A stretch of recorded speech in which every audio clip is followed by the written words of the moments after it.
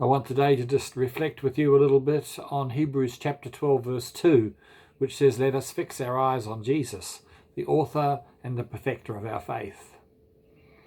One of the things that happened to me just before lockdown was I went to the optician to get my eyes tested. I'd sensed that my eyes were getting worse and worse. I was having trouble reading my Bible. I couldn't make out really the verse numbers anymore on my Bible. And so I went in and I found out on my test that my eyesight had changed quite a bit. I wear glasses for both reading and for distance work, and my right eye had deteriorated quite a bit. So I ordered 2 pairs of glasses, a graduated pair for reading for sort of middle work and for distance, but I ordered a set of occupational glasses for reading and for close-up use on the computer.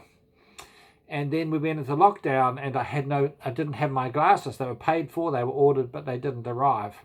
And then, hallelujah, one day I got a package in the mail, and it was 1 pair. It was the graduated set. And then a couple of weeks later, my occupational ones turned up as well.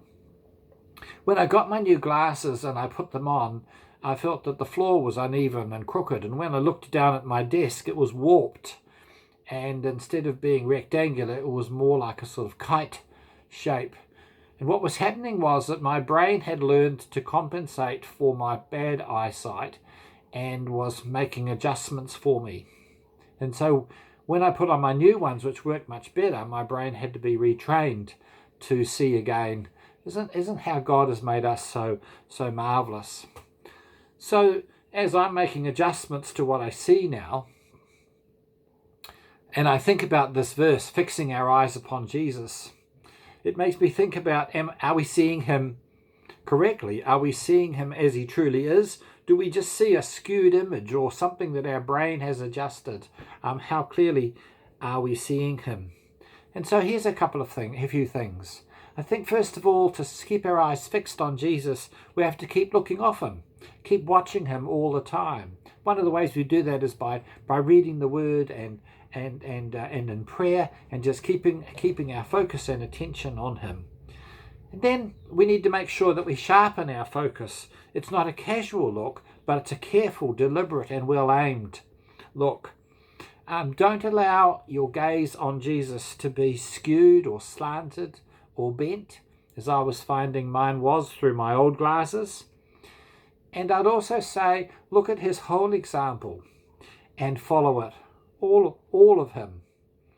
Understand both his joy and his endurance, scorning the shame of the cross. Understand where he is now, seated at the right hand of the throne of the Father in heaven. All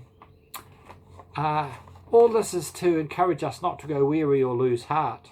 Tomorrow, as we come into lockdown level 2, and we have a bit more freedom when we get out and see again, allow your perspective to be just changed because you see clearly. And make sure that your calibration on how you're looking at Jesus is right. God is perfecting our faith. That means he's completing it. He's writing our faith story. He's filling up our faith story. To perfect, that word to perfect here has the sense of fulfillment and completion and correction. That's what we want in these days. Tomorrow, enjoy some more freedom. Love one another, support one another, encourage one another. Keep your eyes fixed on Jesus and make sure that you're giving him your full attention.